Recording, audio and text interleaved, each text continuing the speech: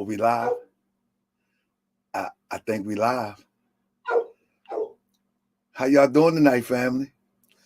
I was just I don't want to promote this because they're not paying me, but I was just taking a sip of some raw kombucha. I ain't gonna say the brand, you know what I'm saying? Because they ain't paying me like them folk. I mean, but I'm a kombucha fan. You understand? Salute to everybody. That's right. I'm gonna be calm tonight. We got a commander coming in through tonight. I gotta be calm. We got a real one tonight.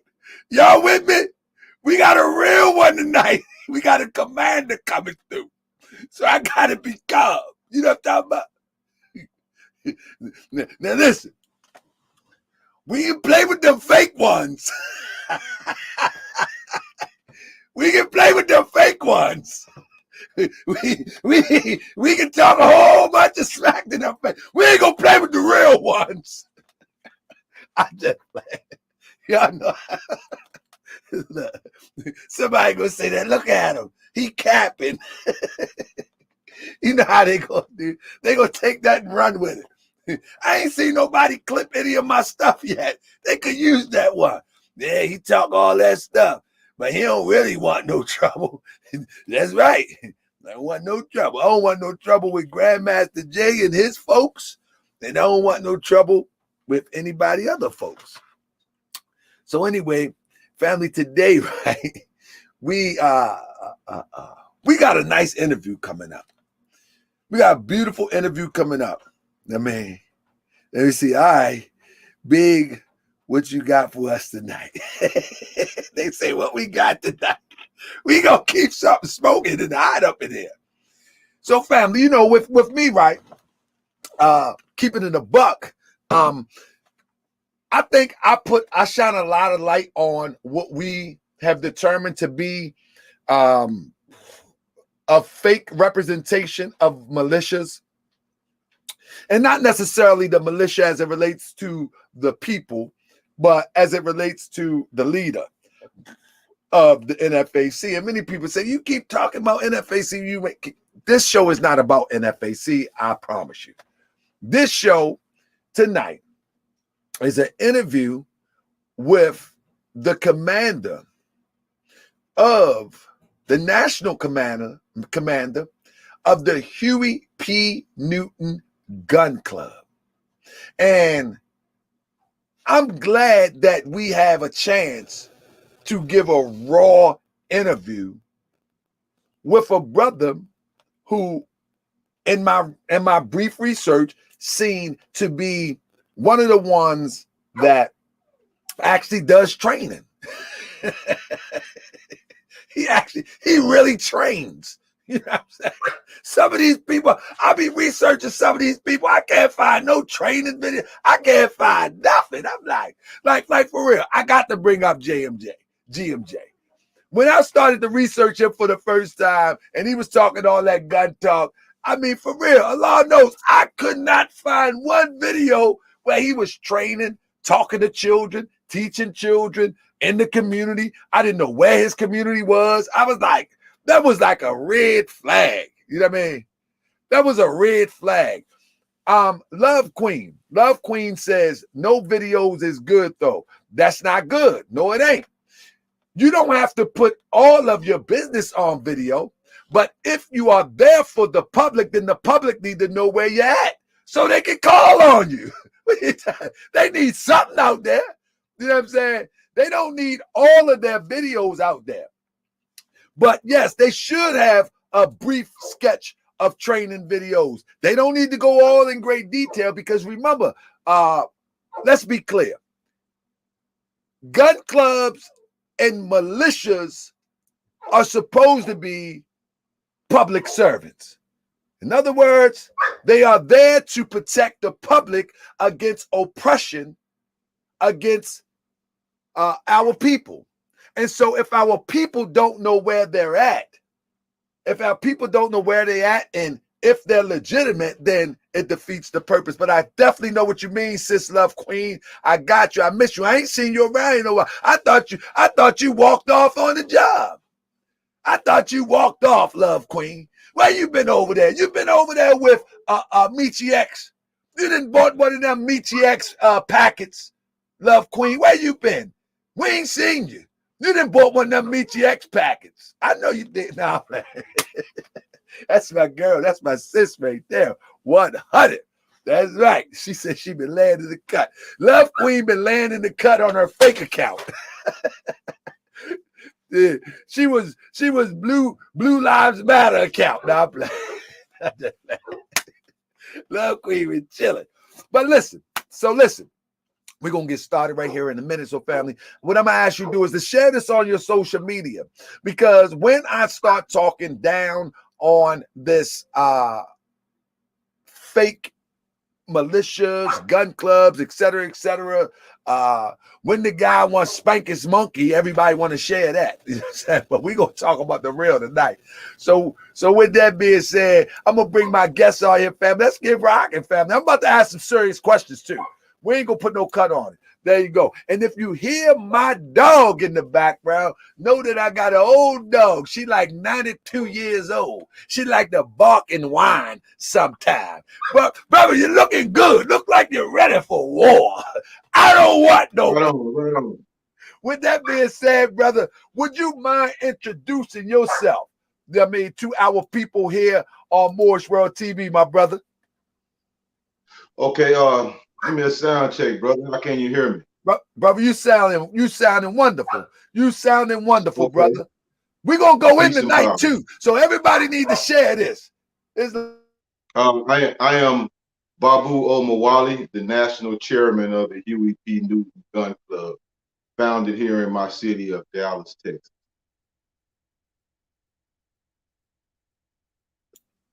So, brother, when was the Huey P. Newton Gun Club founded? What year We came and where? I know it's in your city of Dallas, but how did it come about? What year? The Huey P. Newton Gun Club was founded in 2014.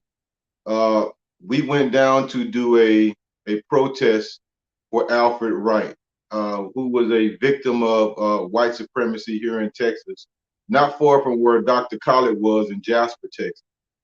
So we know that part of Texas, man, with the big tall trees and mostly rural areas, we have a lot of white people who really don't like blacks. But to make a long story short, myself along with Sister Crystal Muhammad, we took the New Black Panther Party down to Hemp Hill, Texas, which I was a part of the New Black Panther Party at that time. And we did a rally in the white supremacist town. So I told Sister Crystal, there's no way in hell I'm going to go to that white supremacist town and not be able to carry some type of firearm with me. So on the ride home from the Alfred Wright maneuver, myself and about 4 other guys in the car said, we need to found us a gun club. Malcolm X told us all that we need to found gun clubs and rifle clubs. So on the way home from that, we started the discussion of coming up with some type of gun club that we could give to the people. And at first it was Huey P. Newton / Geronimo Pratt. So some of the members said, just drop the Geronimo Pratt part of it. Geronimo is a great leader, but when we just use the name Huey P. Newton, that's going to garner more attention. So we officially came out August 20th, 2014, right after the murder of Mike Brown.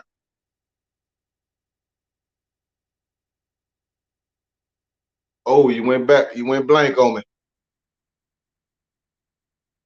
I was muting. Can you hear me? Yeah, that was me. I was muting my mic. My dog, she was in the background going crazy. But with that being said, that dog is part of the family, man. Yeah, that dog man, is part of the family, man. Yeah, man. She's at that point, man. We gotta do what we gotta do, man. And yeah, she's been around for a long time, man. But I got a whole pack of them. You know what I mean? And she the matriarch. Now, let me talk about my dog for a sec. I had to bail her out like 2-3 times. She one of them ones that scaled the fence. We got a privacy fence, and you get too close, she would scale that demonstration and get you. That type of dog she was. And And Right. I'm talking about dog, human being, whatever. And so, man, she's on her last. She's on her last leg right now. But man, she cost me a lot of money going to that pound. Hey, She caught a man. bunch of charges, man. That she didn't play. Hey, man. She's a runaway, man. She's a freedom. She's seeking freedom. Yeah, man. She would tear something up though. She don't play. But with that being said, so y'all Okay. started in 2014, right? August 20th, specifically. 2014. August Now, 20th. let me ask you, Yes. were you ever a part of the new Black Panther Party? Yeah, I came into the movement in 2003, and the first organization that I affiliated myself was the New Black Panther Party under the leadership of Malik Zulu Shabazz. Same as Sister Crystal, we came in right around the same time. We would later go on to The party would later go on to separate, and Sister Crystal would become a chairman herself, and I would start to serve up under her leadership. So let me ask you, brother, why all of, I mean, in all due respect, why all of the splits as it relates to the new Black Panther Party? I think it was basically the ideology that we felt like the new Black Panther Party was going towards under the leadership. When Dr. Khalid came into the organization, he brought a lot of Muslims from the NOI with him. Okay. And so as time started to progress, you had a lot of Muslim comrades who would join the party. So the party started to take on a Muslim ideology. Here in the South, in Texas, we were more under the ideology that the new Black Panther Party was founded under Aaron Michaels, and that was the ideology of Huey and Bobby Seals of the original party. So the platform of the party began to change once Dr. Khaled came in. And we're not blaming Dr. Khaled or his followers, because Dr. Khaled was one of the greatest leaders of all time in the new Black Panther Party. But you have to realize that a lot of Muslims also came in with him, and the party started to take on that platform. So hence we had a split over ideology, basically. Okay, I Black got Panther you. Party in 1966 or the Nation of Islam. Oh, I got you. I see what you're saying. Yeah, that makes sense. Appreciate. I appreciate everybody just hit the Cash App. I thank you. I see it coming through. I don't want to call everybody name out, but so we won't start the show. But I definitely appreciate you for your support. And if my brother would put his Cash App in, or give me his Cash App and put it in my thing, I will put his Cash App in so you can support his organization also. But with that being said, so now that you separated and joined into the ranks of the Huey P. Newton Gun Club, now do y'all still do work together? Because I'm a Sister Crystal Muhammad fan. I'm telling you, I love me some Sister Crystal Muhammad. You know what I'm saying? Right. So do y'all still work together, or would y'all work together? Oh, most definitely. With the Huey P. Newton Gun Club, man, we're about unity. So we work with Malik Zulu Shabazz in the new Black Panther Party.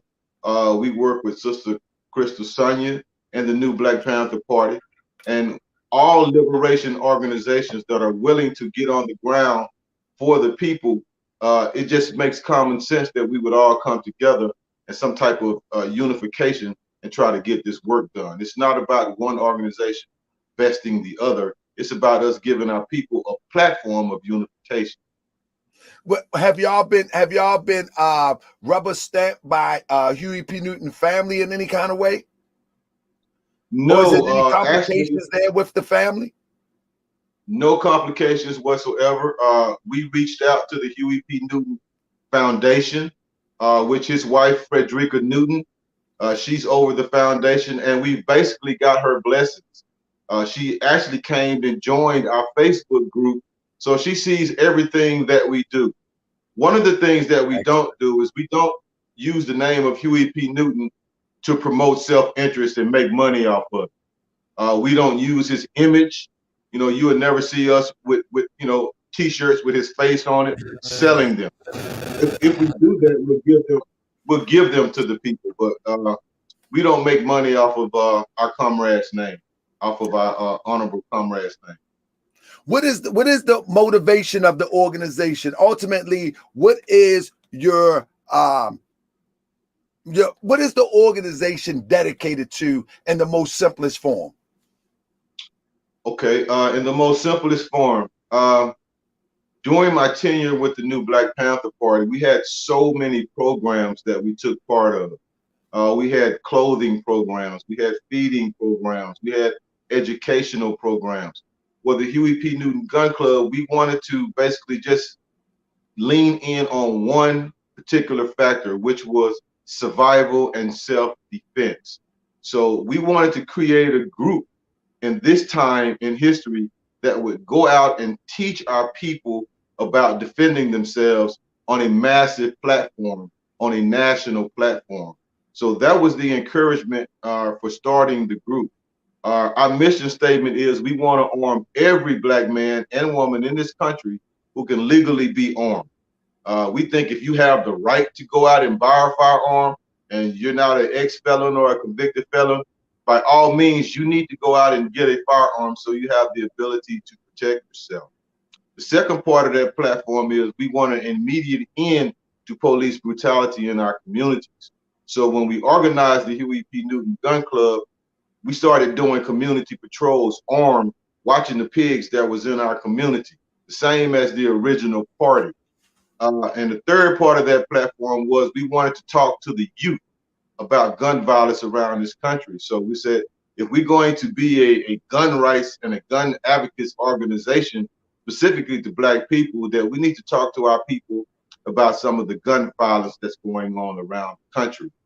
We believe that we have the platform to talk to the young men and women about murders that's being committed in our neighborhoods by ourselves.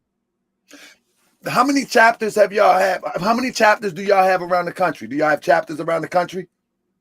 We have chapters around the country. We don't really give specific numbers, but I can give you a rundown, and that's for our security and our safety. Absolutely, absolutely. But y'all do have other chapters. Oh, yes, sir. Yes, sir. All around the country. Yeah, we don't. Yeah, we don't need no details. Okay, I just need to know. I just need to know so when I go out and about, I can call you for security. You know, I've been exposing these weirdos now. Absolutely. Man, we have members. We have members all over the country, and the one thing that I can say about our members are they are active in their communities. So you can look on my Facebook page or any other Facebook page of any member who is with the Huey P. Newton Gun Club, and you can actually see the proactive work. We go into the community, we talk to the youth, we do survival camps. So there's a lot that we're actually giving back to the community. One of the things that we say, if you're not giving the people some type of programs, then the only thing that you're giving the people is rhetoric. And you know, we got a lot of people that can give rhetoric. Did y'all join the marches this past summer in Louisiana, as well as was that Louisville? Did y'all join any of those marches? As a whole, the Huey P. Newton Gun Club did not take place in those marches as a whole, but we did have members who felt like it was the right thing for them to do. And as a command structure, if a member feels like it's the right thing for him to do, as long as he's not violating the laws, then we allow them to go out and support other organizations. So we had members of the Huey P. Newton Gun Club that were in Louisville.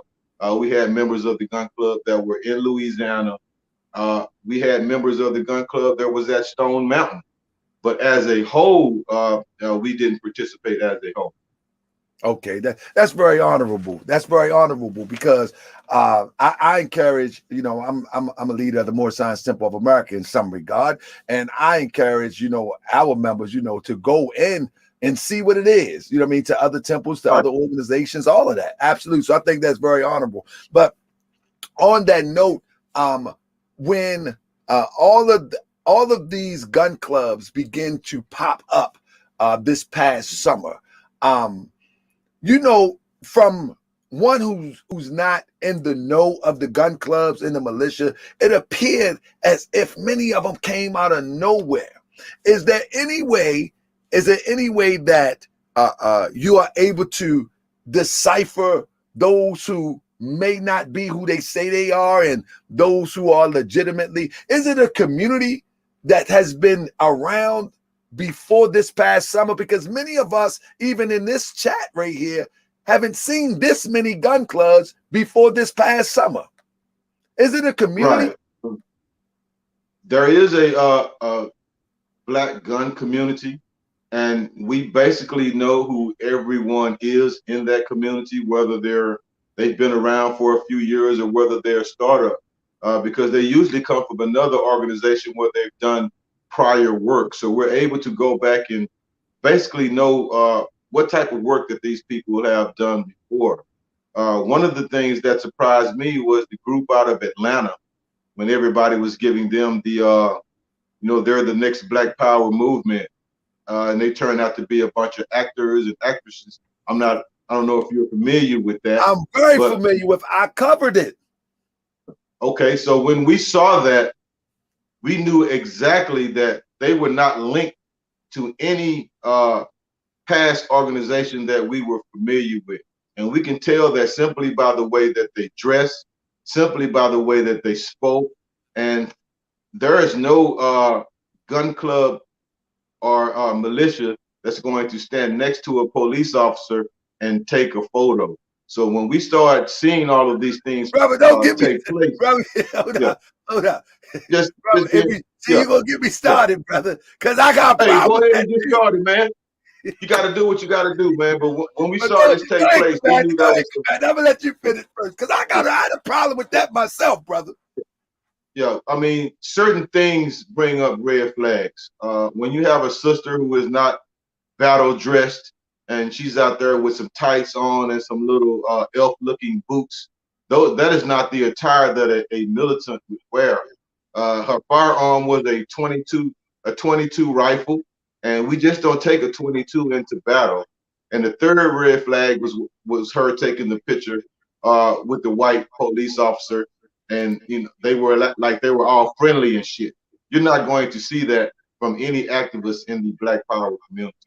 But shouldn't that now I'm compelled to say it.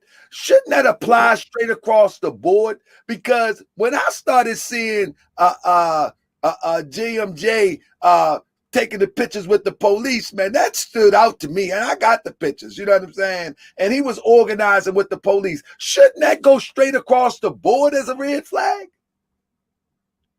Man, there are a lot of red flags when it comes to a lot of organizations. I can't say, yes, Jay brought about some red flags, but he also did some good things as far as bringing 2,000 men and women together. So when you have the red flag, and when you have the red flag versus the amount of people that he brought together, you kind of don't want to believe that there's any type of deceit or anything behind that. So I'm still in the process of figuring Jay out, man. It just hasn't been enough time for like I said, I don't want to make this a Grandmaster Jay interview, but the point that I'm making is that the more that a person can gather, the better the manipulation game has come. You know what I'm saying? Just because this is saying that we have in the Morris Science Temple of America by where the brother at Email. He makes a statement. He says, many people like to go with the majority, and it's okay to go with the majority if the majority is right. But if one person is right, that one becomes the majority. And so that lends itself to that. Yeah, a lot of people went that direction, man. We fed up. We're frustrated. You know what I'm saying? The police brutality is an all-time high. I mean, we come off the George Floyd. We come right into Breonna Taylor, Ahmaud Arbery. I mean, it's at an all-time high. You feel what I'm saying? Yep. And so it's easy for a plant to come in and redirect the emotions of people because of what's happening in society. And so what I'm asking you is that straight across the board, don't you think, I would think that there should be a standard like, nah, unacceptable. I don't care if it's 1 million people in line. Mm. Man, unfortunately, one thing about the Black Power community is everybody is so divided ideological wise that it's hard to set one standard across the board because people are just so different. You got your Hebrew Israelite militants, you got your Moorish militant, you got your Nation of Islam militant. So it's hard for us to distinguish one platform straight across the board. You just have to get in where you fit in, where people think like-minded as you do. Yeah, but what I'm saying is, as a leader, right? As a Mm, leader, and a commander, um, you know, I'm just saying that red flags to a leader and a commander got to be mm, taken serious because we are always up against the oppressor who is most right, likely, let's keep it a buck, 10, 15 years ahead of us in planning. Most got likely. you. You know what I'm saying? When Right, we right, get the most powerful assault weapon that you can buy, that they make, they have already got the right. drone with the red dot on your head. They're already 10 Absolutely. years ahead of us. You see what I'm saying? Mm, And so mm. any red flag that steps out, I just think that we should take serious, especially at this time. The younger generations in the street is ready to be liberated, or they're going to liberate themselves. And they need Right. somebody to take them off course. This young generation today, oh, they ain't playing. How young Mm. can a person, if they wanted to join you, how old must you be? Okay. Well, we start training people, young children, as early as 5 years old, when they have the mentality to understand what it is that they're doing. Some are five, some don't have the mental capability until they're 10, 11, and 12 years old. But you can actually join the club at the age of 18 when nationally you're able to either purchase a shotgun or a rifle at 18 years old. You can't buy a handgun yet, but you can get a AR-15 or you can get an AK-47 at 18. And Mm. to me, really, that is ass backwards. I would rather for you to have a handgun than for you to have an AK-47 if I thought you was going to uh, be a villain or whatever. But we allow people to join the club at the age of 18 years old. But we start training them. We start training them when they're able to comprehend exactly what it is that they're doing. And for some people, that could be 5 or 6 years old. For some, that could be 13 or 14. It depends on the mental capability of that person. Have y'all had any operations? Have y'all had any operations that the public can maybe familiarize themselves with that has been successful in relieving oppression? Any type of operations or any operations that y'all in the midst of trying to combat the oppression, whether a murder was committed or Mhm. some sort of other atrocity? Anything you can speak of that we can maybe familiarize ourselves with? Yeah, we can use several instances. We can use our own community, for example. We have young women that reach out to us all the time because they're facing some type of abuse from a boyfriend or a spouse. And sometimes we have to go out and we have to help them get out of that situation. Now, when we say get out of it, we're not going to attack the boyfriend of the spouse, but we're going out to move that person around, to move her around and get her to a safe house or a safe area. So we've dealt with that consistently, specifically in Dallas and Houston, and we're dealing with it around the country. Uh, we've took on white supremacist organizations, specific BAIR. It was a white supremacist organization who wanted to come to the Mosque 48 in Dallas, Texas, and they wanted to do a demonstration in front of the mosque, which is located in the Black community.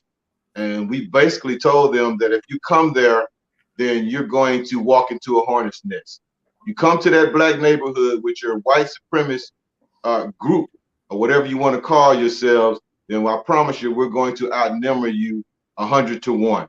And that's exactly what happened. So it wasn't just the Huey P. Newton Gun Club. See what they did, Brother Tahara, they announced the date that they were going to come. So they gave us the date that we needed to go out, and we organized that community. And that entire community came out. That entire community had their firearms along with the Huey P. Newton Gun Club and the New Black Panther Party. So in closing, the city of Dallas spent $250,000 for them to come out to that neighborhood. They didn't get anywhere near the mosque, but they came out to the neighborhood. The police put them inside of a fence because they had a permit, and they let them speak for about 10 minutes. But the community became so inflamed that the police told them that they had to leave. It was an urgent matter that they leave as soon as possible. My bad. I was looking at YouTube on this side and everything. So you said the community say one more time? Yeah. Well, the community came out in force, and this white supremacist group had to leave. They was only able to stay there for about 10 minutes, and the police made them leave. But what we're saying is the city of Dallas spent $250,000, and that money could have better served the impoverished community. But they spent that money for police to come out and protect them because they had a permit, and they came to our community, but they got nowhere near the targeted area, which was the mosque, because the community came out in force and the community was armed. But it was the Huey P. Newton Gun Club that put that information out to the community. When you get a time, what is your history leading up to the gun club? Were you in the NOI or religious organization? What made you want to join a gun club, or ultimately become a commander of a gun club? Can you give us a little bit of history of yourself? I just felt like that I always had a revolutionary spirit. I went to a integrated high school. We had blacks, whites, and Mexicans. And of course, when you play sports and you have white coaches, you could see the racism that's involved in that. You know, the blacks were the better athletes, but the whites were the one on the field playing. And that started out my journey dealing with racism. After high school, I joined the military, and I continued to see whites being promoted over blacks. So the racism was starting to come more clear to me. You know, at 18, 19, 20 years old, you see it, but you don't recognize it for what it is. So I always wanted to be part of something that was all black. You know, I got tired of the white people coming in, getting promoted over us. You know, I just got tired of the racism that we were dealing with in the military itself. So I did my 3 years and I got out. But I will continue to see racism as a young man, but it was more open to me now because I had experienced it in the military. So there came a time in my late 30s, I still hadn't done anything positive for the people, but I was just tired of just being a thug on the streets. And I wanted to be able to, now I wanted to be able to have the platform to help people. So I started seeking out the New Black Panther Party, specifically the New Black Panther Party in Dallas, Texas, which had a militant record. So if you go back and you do the history, when Dr. Khaled, and you see him in Paris, Texas, and you see all those brothers with guns around him, those brothers are the ones that I came in and they became my mentors. So they mentored me on being a militant. And the thing is, I got more militant, but I wasn't getting the the food that I needed in my head. You know, I was a militant, but I wasn't understanding political platforms. You know, so that just was about growth and development. But ultimately, what brought me into it was a police murdered one of my friends, choked him out. He didn't have to do that because the dude was already unconscious, but he had that chokehold locked on to him. So that's ultimately what brought me into the Black Power movement. Under any circumstances, would you ever work with the police? Say in a community where the police is trying to create relationships in the community to police the community or make the community safe. Under any circumstances, would you ever work with the police? Or No. not only you, I would ask any person of a militia, of a gun club for our community, under any circumstances, would you ever work with the police? No, our gun club absolutely would not work with the police. We basically view them as the enemy. So there is no way we would ask our enemy permission to do a march. If the police is out in the community and they're doing some type of make the community better thing, then that's between them and the community. There's no way in hell that we're going to take part of that. We see the police as a fascist military that's basically standing up for the social order, which we all know is white supremacy. So there's no way that we would ever work with the police. Would you work with Grandmaster Jay at NFAC, and do you stand in solidarity with them? Somebody in the chat says that you made a statement, said that you stand in solidarity with NFAC. I stand in solidarity with the membership of NFAC. And when I say that, because I honestly believe that there are some good brothers and good sisters in that organization that did not join for the circus, the clown show, and all of the rhetoric that has come out of it. There are some brothers and sisters that joined that formation because they want to see some type of change in our communities. So if anybody is about bettering our communities and empowering our communities, then we're more than willing to work with them. But we're not going to be part of some type of media circus show. That's not what we're going to do. So a lot of times when we go in and we do the work, people don't even they don't see it on social media, but we're there and we're doing the work. So a lot of times, because people don't see you, because you're not active on social media, they don't get a chance to see you, so they don't even know that you exist. But to answer your question, there are members of the NFAC that we have worked with. I was in Killeen, Texas this past Saturday, and we did a community patrol with the Elmer Geronimo Pratt Gun Club, who is based out of Austin, Texas, and there were NFAC members there. They came in, they did a proficient job. And after that was over with, we went out to Razoo's and we chopped it up about doing the work. And here's the thing. During this time that we spent together, nobody ever mentioned Grandmaster Jay. That didn't even come up. The conversation was strictly about doing the work, and the conversation was strictly about getting more trained so we can do more work. And we dealt with his Indianapolis chapter this past Saturday. So basically, you're saying that you align yourself with the members of the NFAC, not necessarily the leadership of the NFAC. That's what we try to do. If you're, I agree with you. I think the members of the NFAC deserve the benefit of the doubt, because they joined. Now, there's two sides to this. They joined for the sake of liberating our people. But now Grandmaster Jay got a kind of sketchy history as well as a sketchy presentation. I don't know if you should stay there with all that's been revealed. So, I mean, but that's on them. But I understand that. Then somebody says, I don't know why people want to go so far. Come on, Salim. Salim says, when the last time you bust your gun at the enemy? Oh my goodness. Come on, Salim. You think he really gonna say that on YouTube? Tell Salim's that our guns have been fired.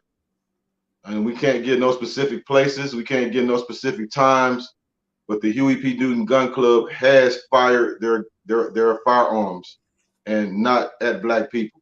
We just gonna put it like that. Indeed. So if you will, y'all training, what do if without giving up too much, what type of, again, I've been researching this stuff. I don't see people doing a whole bunch of training. I have seen videos of you doing training, absolutely. You're training. What is the main point of your training? When you look at the police, right, and you look at a training video on police, they basically shooting body mass. And many people get mad at the police because they commit all of these murders. You see what I'm saying? But they're trained to kill. They're trained killers. They not trained to Mhm. wound you. And this what the public Right. don't understand about police. What type of training do y'all do? Well, of course, we're a paramilitary organization, so we do urban training, which is city. We do rural, which is the country life. We move in tactical formations. We communicate. We put fire teams. We have what you call fire teams, which are nothing but squads who go out and they do recon. So we're doing the type of training that in the event of some type of civil war, we would have a defense force that will be able to repel the enemy out of our communities. So if you had white supremacists that wanted to come in and invade our neighborhoods, we would be able to stand toe to toe to them with a fist fight. And if you're in our neighborhoods, we're going to do more than stand toe to toe. We're going to actually win because we know the land in those communities. So we've got enough people where we can defend our neighborhoods with the paramilitary training that we do. So is there are you guys the only Huey P. Newton gun club? Is there any other gun clubs called Huey P. Newton so the public can know not to get mixed up? Okay, we have, that's a good question. Let me go ahead and clarify that for you. We do have a Huey P. Newton Gun Club Alpha Company, and they were started up by some ex-members of the original Huey P. Newton Gun Club, our formation. But you know, sometimes when you put bad actors out of your formation, they'll go and start another formation and use the exact same name.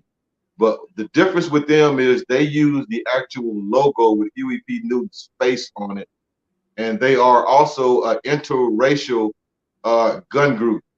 The original RBG, red, black, and green, we're all black, and that's all this is ever going to be. It's going to always be a all black gun club. Now, that's not saying that we won't work with other ethnic groups if the ideologies align up, but those groups would not be allowed to actually join our organization. Similar to what the Panthers did back in the past, they worked with other groups, but they did not allow those groups to join the Black Panther Party. That's why the Black Panther Party was all black. But you did see them working in alliance, especially with the Brown Berets, who are still active in this country, and we work with them right now. We train with the Brown Berets, who you know is a Mexican revolutionary organization. Now, a lot of people are so pro-black, man, that they will not work with other ethnic groups, and we do understand that. Are you But telling that's not are necessarily you our telling me platform. are you telling me that the Huey P. Newton Gun Club, uh, Mhm, opposite of your gun club, if you will, mhm, actually mhm. have Europeans in the ranks, the rank and file of the gun club? They have, yes, they do. So Yes, they I'm do. saying, And I mean, to each his own. I mean, right, hey, I'm not well, here to browbeat anybody yeah, about that. You know what I mean? But uh, I just thought that was pretty. I mean, you know, when you're talking about Huey P. Newton, in fact, and fighting for the liberation of a people, and we see the demise of what happened with the Black Panthers of the 60s, mhm. 70s, however, whatever. It was a step-by-step process of dismantling, and usually it was the race card that dismantled it. I mean, pretty much it was the race card that dismantled it. That's why that was kind of threw me off right there. But what you were going to say? Yeah, they are a interracial group. You can Google them, and actually, when you Google the Huey P. Newton Gun Club, some kind of way on Wikipedia, it's their website that pops up first. So you can go in and see exactly what type of membership that they are recruiting. I don't know how in the hell that they blocked us from getting our information out on Wikipedia, but when you Google the gun club, you will see their logo and you will see their information that pops up first. So some people are actually looking to join our club, but they get that information and they join that club and find out later that that's not who they were looking for, and they come to us and rejoin our organization. What's with A man? This lot, is a lot lot. of confusion, man. Man, it's a lot of gun confusion. clubs out here, man. Like this Fred Hampton gun club. I'm hearing that it's 2 Fred Hampton's gun club. Do y'all work with any of the Fred Hampton gun clubs? Brother Talib is over the Fred Hampton Gun Club. Yeah, The only one that I am. yeah. The only one that I am. Don't say nothing yet. Y'all ready? I ain't say nothing, man. Look, let's talk about that one. With, are you worked in solidarity with Talib and the Fred Hampton Gun Club that he's at the head of? And you better not say you shook his hand, or we gonna have a beef. Man, I mean, I've never had. It's just a joke. I know a lot of people. I know a lot of people who have had an issue with Talib, but I've never had a personal issue with him. My gun club has never had a personal issue with him. So this is how I look at it. Because someone else is angry at you, that doesn't necessarily mean that I'm going to be angry at you too. You know, that's just like if you and I had a common friend and you say, hey man, I'm not messing with this dude anymore. But me and this dude is also friends as well. Does that make me stop being his friend because you stop being his friend? So I support the membership of the Fred Hampton Gun Club. Some of them were also present in our march in Killeen. See, it's not about the leaders for me. It's about the members that's out there doing the work. And right. When these leaders create these clubs, they bring people in who honestly and truly want to do something for the salvation of the people. So we work with the membership.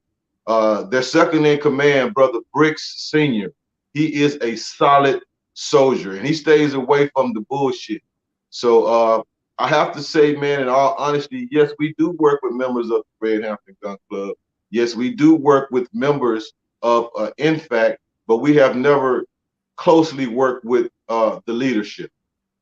Now, Okay, Talib and myself, man, we don't have any issues. He's reached out to me for information. He's like, brother, what can I do? This shit is spinning out of hand. What would you do? So I just try to give him the best advice that I can. And I tell him, man, if you want to gain the respect of the people, just go out and do the work. Stay off of Facebook, you know, stop with the back and forth with talking shit to some of these organizations and just go out and show the people of the work and you'll get the respect that way. So I'm really a big homie to everybody, man. I'm an elder, man. You know what I'm saying? I'm an OG.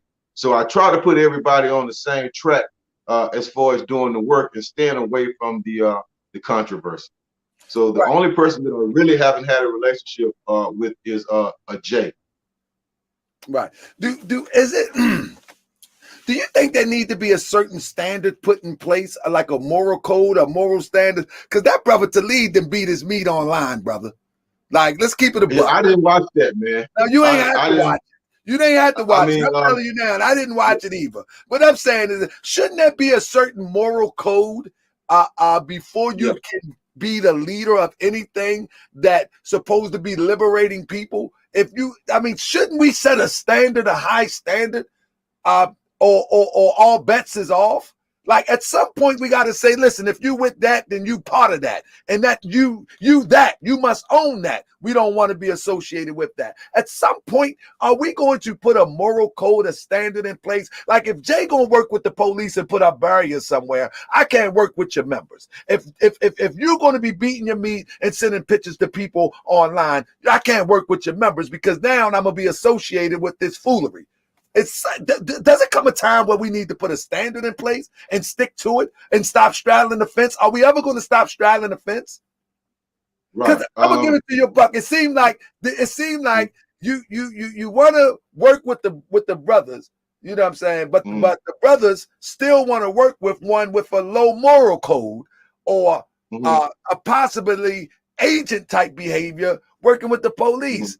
Like, it's just tough to really digest because when you're looking at how they destroyed our movements, it usually start with morale. So if it even start with morale, money, women, they send a woman in, and if you got a loose wiener, You know what I'm saying? All it takes is a woman come in and you're going to tell everything. You know what I mean? That's right. See, So do we a at loose some winger. point put a moral code in place? Yeah. I think that responsibility kind of falls on the elders. Uh, Babu Omawali is only an individual. So who am I to go out and say what this individual did was right or what this individual did was wrong? I heard about the meat beating and all that, man, but I never really looked into it because I also want to look at the other people that are making the accusations. You know, what is their point of bringing the accusations to the front? Are they bringing the accusations so there could be some change, or are they bringing the accusations because they're individually upset with these people? So, man, we try to look at the moral codes of anybody that is in the Black liberation movement, and we put the elders in place to go and to deal with that. We're not in a position to deal with that. We're freedom fighters. Basically, if you can shoot your firearm and you're willing to defend your people, then we'll roll with you. Now, don't get me wrong. If you're morally fucked up, then we're not going to mess with you. Okay. But there's a process, and there's a process and a standard to determining what you did is either right or what you did was wrong. So a lot of that information I'm not privy to. I've heard it through social media. I've heard other people tell me, but I've never went out and did the research myself. And man, a lot of times people do interpret that, just what you said, as straddling the fence. That's not what we're doing. We're not straddling the fence. What we're doing is trying to hold people together as a collective. Our community has so many things that we're divided on. We're separated on religion. We're separated on politics.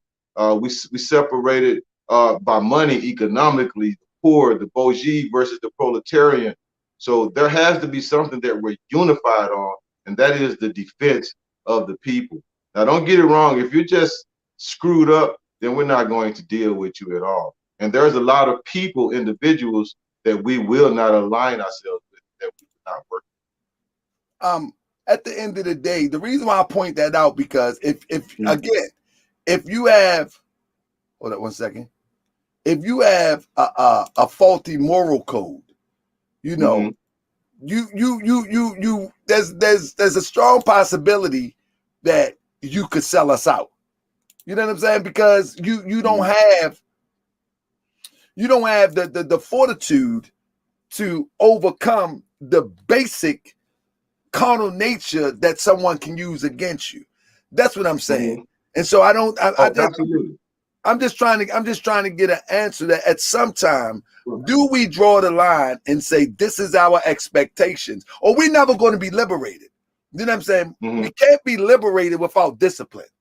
And when you're talking about a gun club aligning like a militia, military, Mm-hmm. the first thing is discipline. No discipline, Right. no liberation. What we notice, and this is just studying counterintelligence, especially from around the 60s, the time of the Panther Party. Some of the agents and provocateurs that come into the organization are not the ones with faults. They come in and they work the hardest, such as William O'Neill up in Chicago with Fred Hampton. He was like one of Fred Hampton's number one or number two men. He was always with Fred. So he portrayed himself as a loyal individual, somebody that never made mistakes. When you get people that make mistakes, they're usually not the one who is the agent per se. The agent has been well trained, he's well briefed in his mission, and he comes in and he comes off as that perfect individual, brother. I disagree, brother. I disagree totally. Mm-hmm. Different. Simply, the reason why I disagree is because in this day and time, they want the agent to be. They have learned from the perfect agent. They have learned from the perfect informant. You know what I'm saying? They want the agent to have all the faults and all the trappings of anybody else to look normal in this day and time. You know, back in the day, the informant was the one who came, joined, and yeah, he was the perfect student. You know what I'm saying? But now But now they have already told us that they was going to create a leader for us. And so now when they create the leader for us, that leader can have all the trappings as long as you return the information. All the trappings only lends itself to being normalized so he don't be detected. You know what I'm saying? Anything about anything you had to say about that? My thing is, we just got to be on point if we really talking about liberation in the serious regard. Right. And that's in all aspects of life, in all aspects of Black culture. That has to be part of our daily living, not just the gun community, but the education community. It has to be part of our political community, that we have to walk a certain way and that we have to live a certain way. But you just have to understand, when you're dealing with humans, you're not going to always get those perfect individuals. Peoples are going to be screw ups. So when they screw up, how do you deal with that as a collective? Man, it's really going to be a long time coming. I see it being another 50 to 100 years before we are actually liberated in this country. And a lot of times we just spinning our wheels. People don't even know what is the end game. What are we actually trying to gain? We say we want sovereignty. We say we want our own nation, but are we actually moving towards that goal? So we have to look more towards the end game, man. I'm not just trying to give you politically correct answers, and some of the stuff that you're saying is absolutely true, man. We got some screw ups. I don't want to be cursing on you on the show, man. We got some screw ups in our ranks. We got some screw ups in our race. We got some screw ups in our culture. But who is one individual? How do you decide to deal with that individual? So I think we have to put councils of elders in place. And when we see somebody who is supposed to be a leader beating his meat on a fan page, then we take him to the elders and we allow the elders to make a decision how we interact with that person, if we should go forward with them or should we not. So it's really we have to come up with a solution based on the information given to us by our elders. So as you say, you don't know. I mean, like, I wanted to ask you that too, and you just tripped me up with that. What is the end game? What is the end game? Is it a perpetual policing the community? Is there some true resolve? Let me give you an example. Again, we just having a conversation, brothers. I'm a member of the Moorish Science Temple of America, right? Not because of how people interpret religion, but because for me, it covers all aspects of life. You see what I'm saying? Mm-hmm. And the end game for the Moorish Science Temple of America is to metamorphose from an organization to a fully functional nation. That's the purpose. Whatever people say, all in between, the philosophy to get from A to B, that's irrelevant if they don't know the Moorish Science Temple of America. But because I know it, I know the steps that I'm taking in the end game. It's us to function as a full-fledged, functional nation, government, land, laws, competing for the resources, whether it be natural resources, gold, oil, whether it be commerce, Bitcoin, whatever, competing for the resources. That's the end game for the Moorish Science Temple of America, not to get everybody talking about Allahu Akbar. Nope. Right. As a nation. Absolutely. So as you join in the militia, what is the total? And we got a roadmap to get there. And we got a roadmap to get there that no one has seen on the internet, mind you. I don't care what they say. All that paperwork stuff, writing to the European, asking them for, can they do this, do that? That is not Moorish science. I'll be clear. Do you have a roadmap to an end game? And if you do, what is the ultimate end game? Because they're going to keep killing us. Yes, they are. Until we come up with an end game to wipe it all out. What is the ultimate end game? They're going to keep killing us until we come up with the end game, or until they fear the repercussions of killing a young black male. I'm just going to say it on social media. They're going to keep killing us until we start killing them. And that is never going to quit until we as black men start standing up. And one of the brothers said, I believe it was Brother Smalls, if you kill my cat, I'm going to kill your dog. So if you kill my son, there's going to be some type of repercussions where I'm going to kill somebody in your family. So if police are not worried about any type of repercussions, why would they stop? Especially under a white supremacist system. But as far as the end game, it's already laid out for us too. The PGRNA, Republic of New Africa, gave us a plan back in 1968 that we take the states of Louisiana, South Carolina, Georgia, Alabama, and I'm leaving one out. There's 5 states. We have to move to those states. We have to start a migration process. So, what we have to do instead of the conversation of kill this and kill that, shouldn't the conversation should be come on everybody, let's move. Come on shouldn't our energy should be put in that direction if that's right. A viable solution? Like, that's part of it. That's part of it. And when we're not saying go out and kill anybody, but the first law of life is to defend your life. And if somebody kills your child and it's unjust and there is no repercussions, there's nothing going to stop them from going out and killing another child. Oh, brother, make no mistake about it. I agree with you 1000%. Make no mistake about it. But what I'm saying is to put a lot of energy in expressing that, because that should be the deal regardless. You know what I'm saying? Right. Shouldn't a lot of our energy be put towards the ultimate end game? Because in fact, in fact, you being the commander, you should be able to command our people towards the ultimate end game.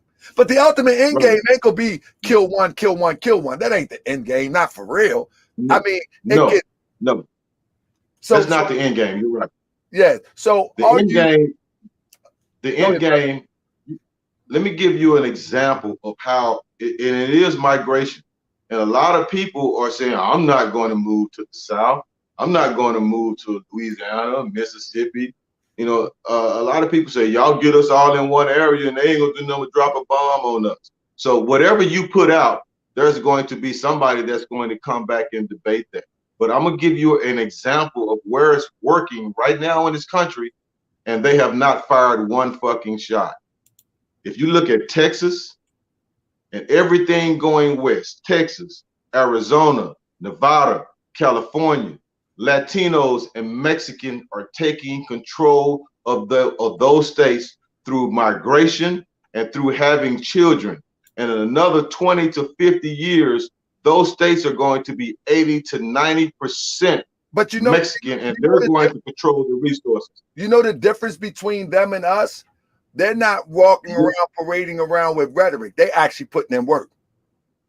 That's what we got to do. That's what we got to do. Like people can say what they want. They actually putting in work. They will go and live in a neighborhood and buy up the whole neighborhood. They buy one house at a time. So they're actually putting in work. And so that's what I'm saying. Should our talk now should transform into, come on, let's go put in the work. Let's go put in the work. The guns only protect what you have, and we flat on our back. Look, man, if we look at the Gulf Coast, again, if we look at Louisiana, Mississippi, Alabama, Georgia, if we look at these states, that is some of the cheapest land in the entire United States of America. We have $16 trillion in spending power. So what would it cost us? Hey, brother, I'm about to debate you on that. We don't have that. We don't have that. We say we don't. We don't have that. Let's be clear, brother. Everybody don't. Well, we have enough. Everybody don't think like Baba. Everybody don't think like Tahaga Bay. We have to organize people to get on one accord, and then we can count what we have. Everybody ain't with Baba. Everybody ain't with talking. I think that's a fallacy when we move on a conversation, say we have this and we spend that. No, we are not we. We are not united. And so that's what I'm saying is the end game should be about the leader uniting and moving whatever group he has. All of us ain't going to go, Baba. You already know. Oh, yeah. You're going to have a lot of people that's not going to leave these northern states. And they're perfectly comfortable with the positions and the social standards that they have where they are. But we have enough millionaires that can go out and purchase land in these states. They But can that's build warehouses. They what I'm can make saying is, jobs available. Baba, what I'm We saying shouldn't have our children shouldn't have to go to prison, get out of prison, and then come out and beg Whitey for a job. is Why that, aren't some of these rich athletes, why aren't some of these rich rappers investing in the southern states where you can go out and open up a warehouse and you can go and get Pookie a job? Pookie can work for you. So but brother, until we start taking care of that's theory at this point. That's theory at this mhm, point because the athletes already showed what they're going to do. The rappers already showed what they're going to do. What, mhm. what I feel as though we need to do is just move on the people that you got and move them into position where we need to go. We can't Right, theorize this no more because right, you're going to have to bust your gun more because we haven't moved into position that is the ultimate goal. So do you have a right. blueprint and a plan to move towards the ultimate goal? We don't have a blueprint. The Republic of New Africa gave us the blueprint. They gave it to us in 1968. So we need to go and research that information. I'm not part of setting up a government. What I will be part of is defending that government once it is in place. Excuse me, So brother you, Bapu.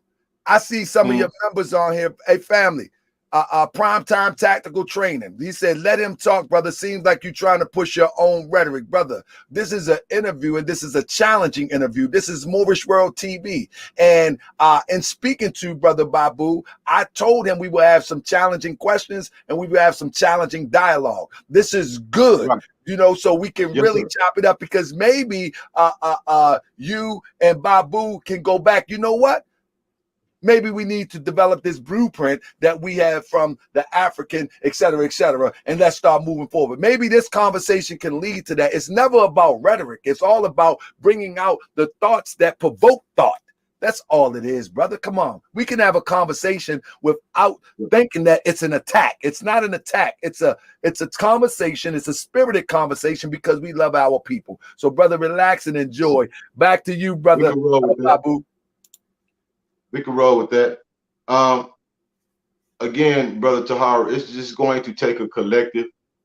I'm not a economic specialist. I'm not a political specialist. I can't tell you specifically how we're going to get there. There are a lot of people out there that are smarter than I am.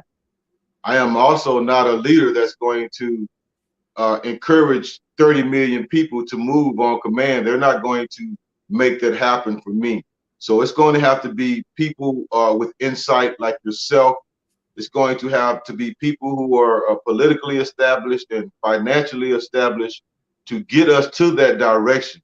But what we're saying is while we're moving in that direction, you already have a defense platform in place to protect the people. Now, just by Babu Omawali saying we need to move to the south, it probably be maybe one person that's going to move. So I can't move people like that.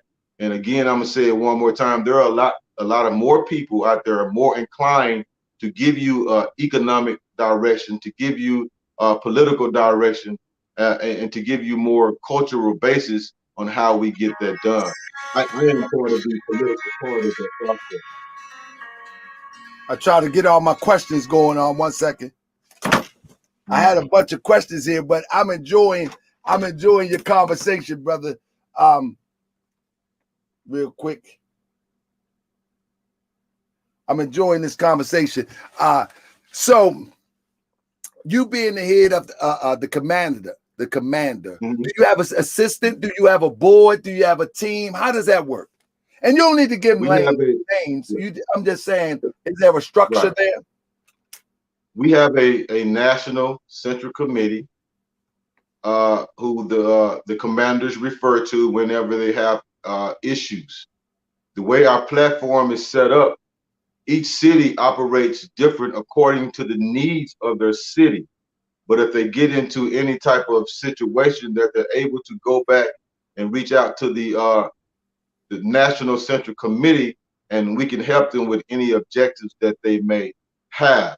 And we have it set up like this for different reasons. So if we are infiltrated in one particular club, that does not slide down to the chapters throughout the nation, that we can kind of isolate that until we get that resolved. So each chapter, based on the needs of their city, does the work that is required to be done in their own area. But we do have a national central committee. So if you have a problem or you have an issue, we have people that you can talk with. We have a membership manual with instructions in it. So, you know, we have our platform in the membership manual. All right, cool. Let me see. I think some people are asking questions. If I miss your questions in here, if I miss your questions, please retype them in. I'm actually enjoying the interview too. I'm looking for questions that I got. I got all sorts of things going on here. And brother, I definitely appreciate you. Is there anything that you like to share with us that I may have skipped or didn't ask as of yet? Not really. That we just encourage people to stay in the fight, whatever it is that you do. If you're part of the Black gun community, we encourage you to stay in the fight, go out and educate the people. If you're a teacher or an educator, we encourage you to stay in the fight, because it's going to take different platforms to get our people on one accord if we ever get there. But it's going to take a collective. So if your platform is economics, economic development, you know, you show us how to work Bitcoin, you show us how to put money into stocks. It's going to take a lot of different methods for us to achieve some type of liberation, separating in our own sovereignty in this country. Man, this is something else, man. This is something else. I'm saying this is something else due to the simple fact that, you know, our people, we messed up, bro. Clearly messed up. And I'm looking at this past summer, and I never knew that there were so many gun clubs until this summer. So how do we go about letting people know that you even exist, you know, without exposing your whole hand? Have you thought about that? Because listen, I would love, and let me say this, I'm gonna do a drop real quick. Listen, all of y'all that's sending me information and cases because y'all like my research and say, brother, I want you to solve this case. Can you look into this? Can you research this? Can you research that? When you do that, make sure you send a donation for security. Because the more you expose somebody, the more you expose yourself. You know what I'm saying? Right. And so what I'm saying is, I can hold my own, but I just need another pair of eyes when I'm moving out and about. If you want me to do your stories for you, I've got tons of emails, and y'all probably think I'm ignoring you. I'm really not ignoring you. I'm saying I do these stories and spend my time and doing the journalistic research on these stories, but I'm going to need to make sure that nobody is creeping up in the back of me while I'm demonstrating these stories in public. So you make sure you hit the Cash App when you want me to research these stories for you. Real talk, and I'm not playing about that. So because that's why I asked the brother, do they have chapters around the country? Because when I start moving out and about, I'm going to have some eyes, because I'm telling you, I'm exposing it all. But yeah, brother, back to what you were saying. I just think we have to do a better job of supporting each other. We're never going to come to one conclusive agreement because we have too many ideological platforms. We have the Hebrew Israelite who supposedly doesn't deal with the African. You know, we have the the Arabs, we have the Muslims. We have to set all of that aside to get to the greater good of what we're trying to do as a people. Because it doesn't matter if you're a Moor, it doesn't matter if you're an Israelite. When the police pull you over, you just a nigger. So we have to understand the way that they think, and we have to be able to organize in a different manner. Do So I you mean, do man, there you are have so do you many. have do you have a religious persuasion? I don't. I just believe in a higher power. Okay. I believe that when you die, your energy is transferred somewhere. Now, where that is, I don't know. But I do believe in a higher power. I can't just say that I believe in one particular religion over the other. Have you ever believed in any particular religion? Oh, of course, I grew up in a Christian church. Well, I can't say that I ever believed in it, but I was indoctrinated. I was indoctrinated in Christianity. But around the age of 14, I started questioning it, the legitimacy of the religion. And by the time I was an adult, I just kind of let it go all together because it just wasn't fitting what I was seeing as a life and death scenario. But It do you wasn't fitting. so growing up, once you left Christianity, that was it. Yeah, I'm just more of a spiritual person now, man. I'm in line with nature, trees, You ain't animals, had bugs. you ain't have no pit stops. You know what I mean? Some people be having pit stops. One minute we be Muslim, the next minute we Moor, the next minute we Kemetic, the next minute we Hebrew. Have you had any pit stops along the way before you became a spiritualist, so to say? No pit stops. It was denounce Christianity and And keep it moving. pick up, yeah, pick up spirituality. So there were no pit stops along the way, man. Praise the Lord for that. Say Hey, praise the Lord, huh? yeah.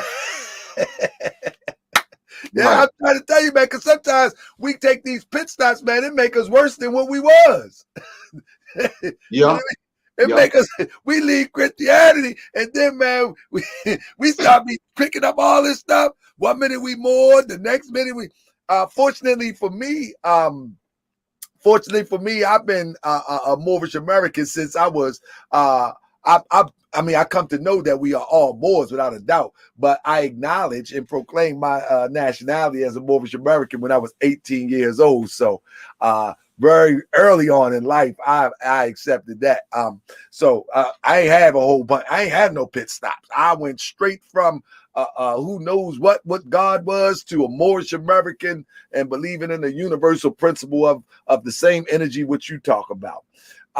With Mhm. that being said, have y'all done any research on how our brothers, because you had mentioned that our brothers and sisters, that if you can purchase a gun, let me ask you this twofold question because I don't want to forget both of them.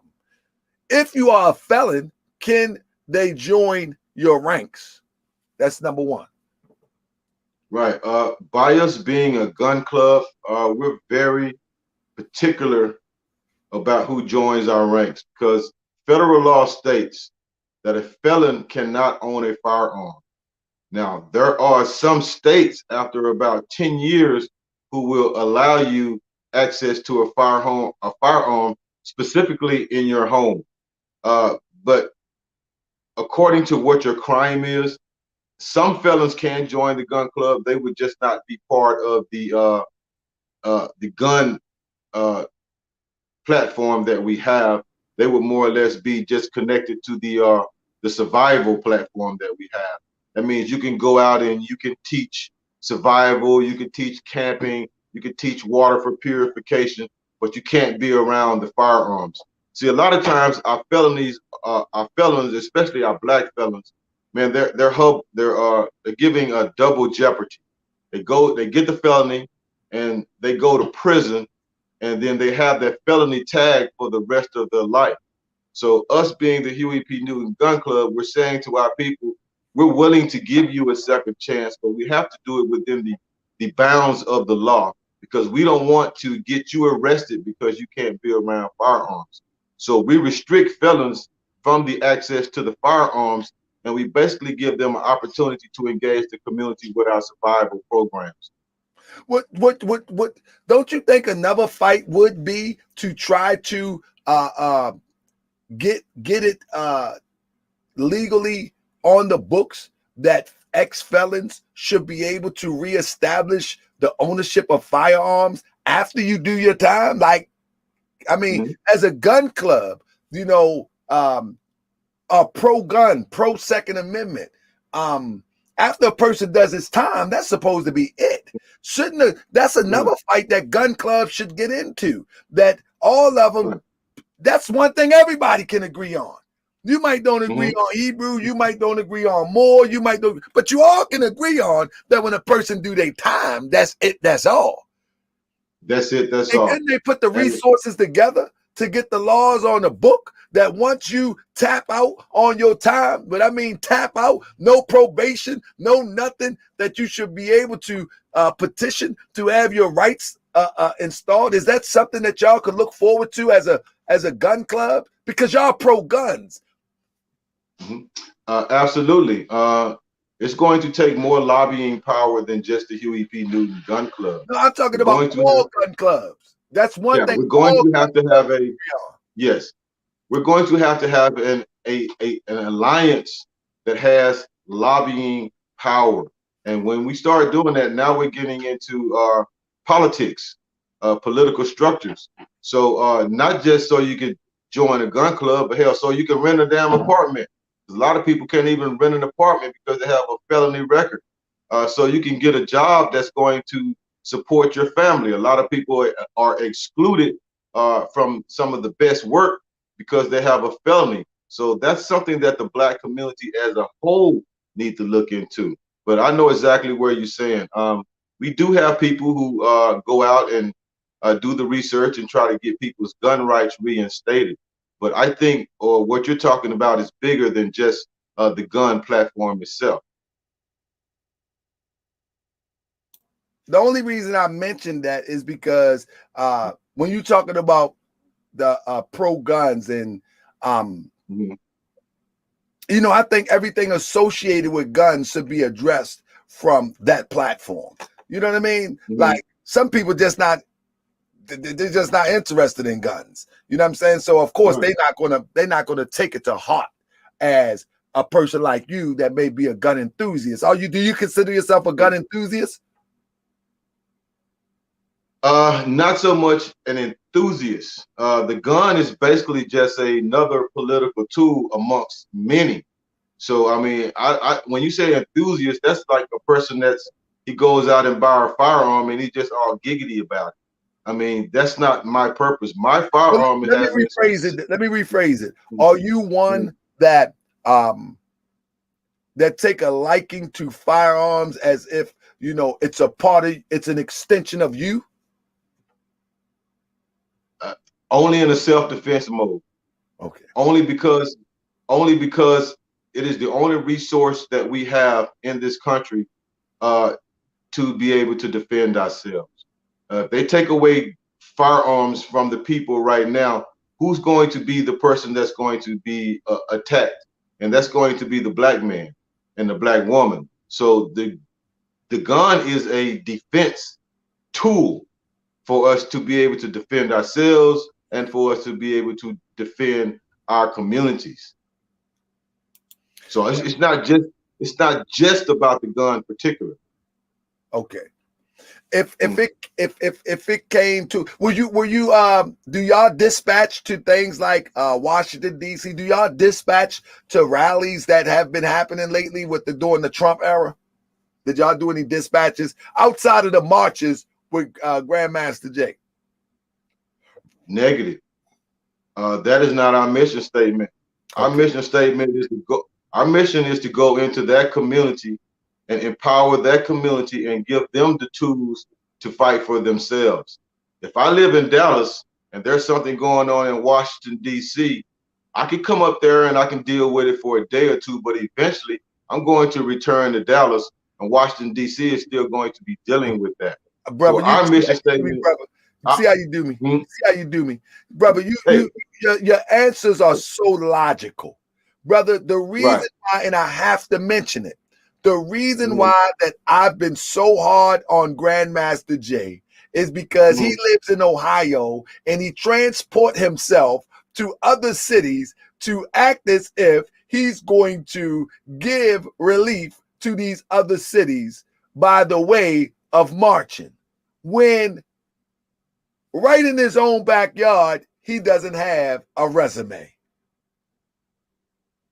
Sound a bit odd to me.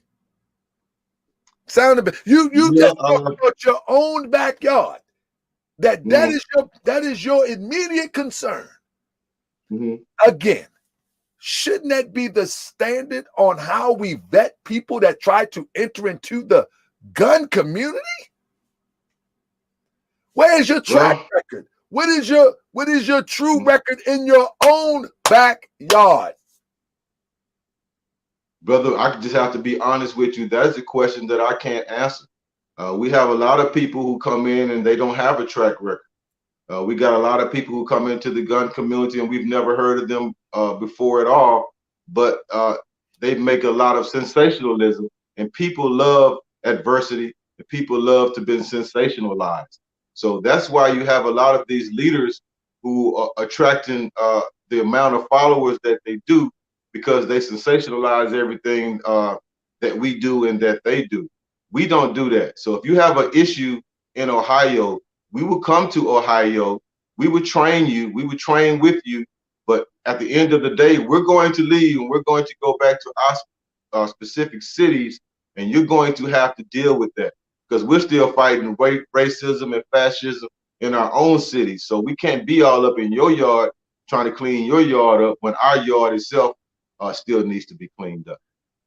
Would the Huey P. Newton Gun Club establish itself as something distinctive and trustworthy, whether people can rely on? Because right now, it sounds as if that, like, if, for instance, me, you know what I'm saying, Mm-hmm. and I some kind of way I come across some bread.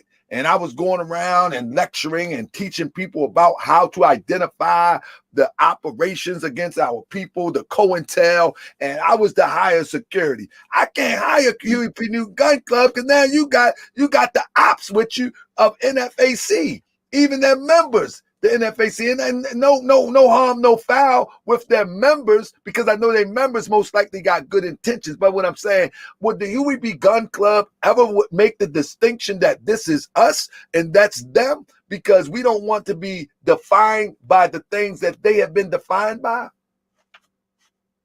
Or will you continue Man, to it's say, you hard. know what, I'm just for the membership, the leader do what he want, and that's that?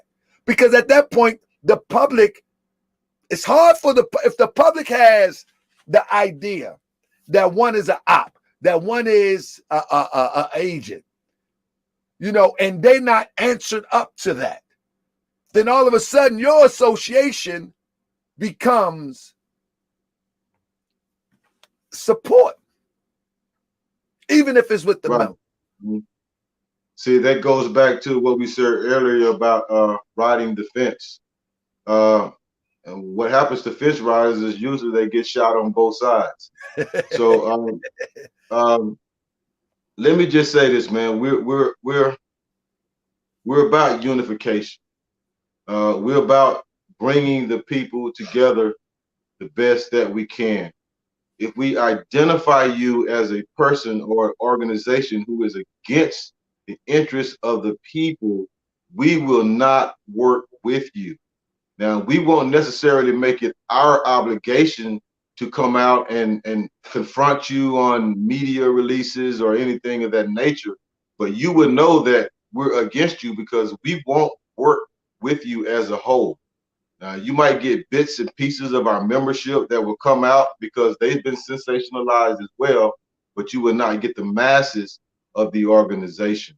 So I just really don't know what it is that we're going to do as a people, not just the gun community, but as a people to further develop what we're trying to do as far as liberation of our Black nation. I'm just not sure how we're going to get there, That's why I gave you a time period, man. We're probably going to be stuck in this circle for another 50 to 100 years till a completely new generation comes along and figure this out, because we haven't figured it out yet. But And I agree. And I agree, brother. And the reason why I ask you these questions is because, you know, the public, man, they need to be able to depend on somebody. And I'm talking about our public. I'm not talking about the public. I'm talking about us, descended from the inhabitants of Africa, us. right, You know what I'm saying? We right. need to have someone that we can rely on, someone that we can trust, someone that we know that is not going to sell us out, one that will jump in front of the bullet when it's aimed at the child. And anybody Absolutely. that's shaky in any way, shape, or form, the public won't rely on that. You know what I mean? Right. The public going to see it all as theatrics. Man, we got a lot of shaky people in the movement, man. A lot. And that's in all organizations. So we have to go back to understanding counterintelligence, man, and these people being inserted in our organization to make us fail. So what we're trying to do, and I keep hating it, I hate to say the same shit over and over, we're trying to unify the masses of the people. The Huey P. Newton Gun Club has been around since 2014, and you can research our 7-year history. We've never had any major issues. If we have, we've dealt with them on the spot. We don't let it fester, and we get that shit out of the way. And one of the things that we do is, if we have an issue, we don't try to hide it from the public. You know, we'll go in and say, well, we were wrong, or this person was wrong, and we're dealing with it. You know, we're not apologizing for it, because we're dealing with people. And you know, when you're dealing with people, you're never going to deal with perfection. So, man, our whole thing is based on unity. I don't know a lot about Grandmaster Jay. I don't know shit about Grandmaster Jay. But the members, I'm sorry, the brother. members, Go ahead, brother. Carry on. the members of the NFAC, those 2,000 men and women that rolled up on Stone Mountain, out of those 2,000 people, I can guarantee you 1,900 of them are some legitimate soldiers. Yeah, but you know, what they were is that they were already established gun clubs. They were already established brothers and sisters who had already been a part of movement. Now, some people went and bought a gun and showed up, of course, but many of them was already established. He took the bullhorn. He made a call. On IG, and people just showed up, brother. There wasn't no militia. Let's be clear. It was people just showed up. Yeah. You know what I mean? It's like if you was a prolific leader and speaker, and you say, you know, we're tired of this, and I need everybody to show up. He was the first to the punch, and unfortunately, it was a show. It was all a show. Well, I recognize that it wasn't just the NFAC, because I saw members from different gun clubs around the country, the Urban Sharpshooters. I saw their members. Absolutely. I saw new Black Panther members. I saw my own damn membership standing there in formation. So I know it just wasn't an NFAC maneuver, but the fact that he was able to get all those people to come and put that show on, that did galvanize a lot of people around the country. People have even said that Jay was the best thing that ever happened to Black people. Well, yeah, I've heard that too. But let me tell you this: the way I see it is, the way that I see it, I see that it shows that our people is really motivated to be liberated, but at the same time, we're easily manipulated. Let's be clear. I agree with you on that. We are so motivated to be liberated that we're easily to be manipulated. Therefore, there's going to be a leader that's going to have to come forth out of the gun community and be willing to make the distinction. You know, when you look at them videos of China or one of them so-called Asian countries, and their soldiers marching and them feet flying up like that, they make the distinction. When you see that, you know you're dealing with a disciplined information. You ain't got to know nothing about their personality. You don't got to know nothing about their personal gripes or their inner fightings. When you see that, you know you're dealing with something serious. You understand what I'm saying? And so we need a militia to make the distinction, a gun club to make the distinction so the public can rely on them. That's my whole point of comparing them. Gotcha. There are gun clubs or militias out there that have made the distinction. We have Anubis and their commander, Brother Amun, who's made the distinction, and he's made it very clear. We have the Urban Sharpshooters, who's led by James McCoy, who has made the distinction, and they've made it very clear.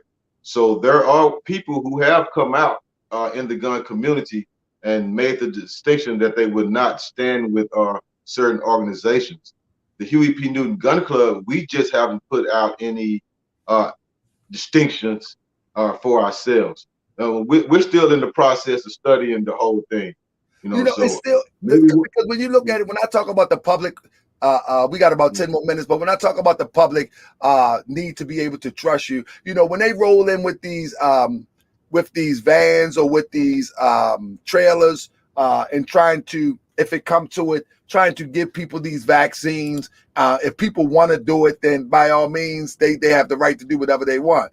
But if they need to call on those who are part of gun clubs or part of militias, will they be able to trust them?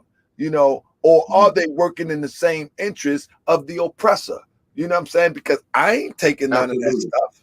You know what I mean? Absolutely. So if they pull up and like I'm gonna tell you, it's a story going on now here in Baltimore, and they're saying that by the end of February, they would have enough vaccines to do the most urban to do the urban areas. Now we know what that means. That's code word for the hood.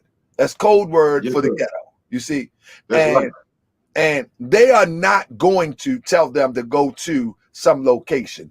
They are going to pull up them trucks. So with them trailers, we already know that's what's going to happen. I'm gonna be there on the scene with my camera. But imagine if we had a trustworthy gun club militia and say, listen, we need to go to these neighborhoods now, and we need to warn the people that if they don't want to take that, they are not compelled to take it. Is any type of operations in place to approach something in the now that is really upon us right now? Right. We do have people who are taking on the initiative exactly what you were talking about. We have a group here based in Dallas that goes out to the places where they're giving out these vaccines, and they give people other alternatives like herbs and vitamins and things of that nature. And they're very aggressive in the manner that they attack the people that's giving out the vaccines. As far as the gun club per se, we haven't taken that into our accountability yet. We're more concerned about civil war and a total disruption of society and people being ushered off to FEMA camps. So I think our platform is a little different, but what you're saying, all of that needs to be looked at, and that's just going to be more additional work that's going to be added on to the gun club. Now, we're trying to stay in a defensive perspective, but when you start adding on these other platforms, now we're becoming political, which everything is politics, but we don't want to be directly involved in that. But if anyone is forced to give a vaccine in this country, if they force you to do that, then we will stand with you, because we believe that people have a right to choose whether they want a vaccine or not. So if anybody comes up on you from the government or any other entity, the police department, and they try to force vaccinate you, yeah, then we will rally to the cause of the people. Indeed, my brother. I appreciate you. We at 11:25 on the East Coast, brother. I'm gonna wrap this up, brother. I will hope that you could bring your assistant in on the next one, so we can dig deeper.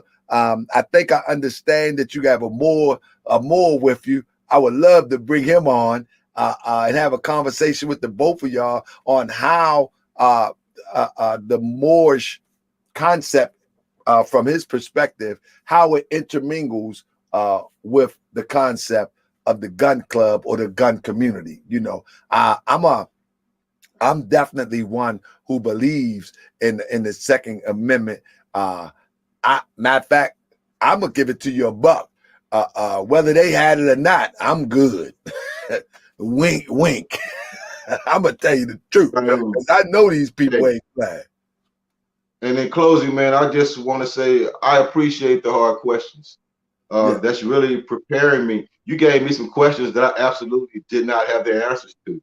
I just tried to stay politically correct, you know. So I appreciate the hard questions, and it's been a learning experience. And I can again say that we have Moors that have chapters under their control. We have Hebrew Israelites that have chapters under their control. We have women who lead our chapters. So we don't. There's no gender basis, no religious basis. Everything is based off your ability to do the work in the community. there we go. There we go. So, brother, I salute you. I see you next go around. Hopefully, we can do this maybe next week or something. Get your partner in place, the Morris brother. Get him in place. Yes, And sir. let's see, brother, you're going to have to shoot me a reminder. I'll be Okay. everywhere. I be everywhere. And I'm telling you, brother, I got Absolutely. another channel that I'm building on. I'm in the temple 2 times a week, teach 3 times a week. I run a business. I got a family. So you're going to have to remind me, but I don't want to miss the opportunity to bring you back on a follow-up. All right, brother? Yes, sir. Indeed. Peace and love, brother. So with that being said, family, I think that was a beautiful interview. I think we got to learn something today. I think we learned something today um, as it relates to the alternative to other gun clubs. I think we learned something today. And those who are a part of Huey B. Newton Gun Club know for sure that I am not an antagonist. I was asking them the questions that people probably would like to hear the answers to. And that's the unique thing about Moorish World TV. We're not gonna give people questions and hold their hand and allow them to just skate on through. No, we're going to ask them questions that make sense. I'm not going to ask them questions that don't make sense. I'm going to ask them questions that make sense so he can give the answers to the people. Because the people is the one that we work for. Even on Moorish World TV, the people is the one that we work for. If you are in a gun club, a militia, you work for the people. You are a public servant. And so the people deserve to have the answers and the hard questions. I'm going to tell you what. I think the brother did a wonderful job answering those questions. You know what I'm saying? As he said, he was politically correct. But let me tell you something. A good leader know how to be politically correct when it's time. I didn't have sexual relations with that woman. I didn't have sexual relations with that woman. See, you got to understand, that might be a bad example, but it's real. A good leader knows how to be politically correct when it's time. If you watch politicians, if you watch those who have been caught in all types of foolishness, man, they know how to answer a question. I think that brother did a wonderful job with them hard questions. I was shooting them to him. But with that being said, family, today is Sunday. On Tuesday, family, we got some Grandmaster J update coming. I might do it tomorrow because it's snowing here in Baltimore. I might don't go outside and I might put the show together tomorrow. We got some updates. We got some updates coming. That's right. Grandmaster J, you ain't getting away. We're going to ride it all the way out to your judgment day. Salute, family, peace and love. I see you tomorrow or Tuesday. I really want to do it tomorrow before somebody else get the information. Peace and love. I got it. Let's go.